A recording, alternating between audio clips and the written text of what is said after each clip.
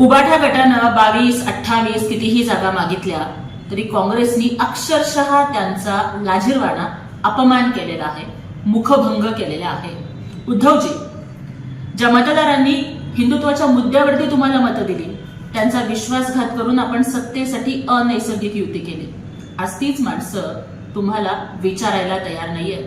त्यामुळे 22-28 सोडा, काँग्रेसनी किंवा पवार साहेबांनी तुम्हाला 8-10 जागांचा जरी तुकडा फेकला तरी उद्धवजी आपण तडजोड कराल आणि महाविकास आघाडीमध्ये लाजिरवाणेपणानं सहभागी होऊन मी तुम्हाला दिलेलं वाकरे आडनाव आपण सार्थ ठरवा.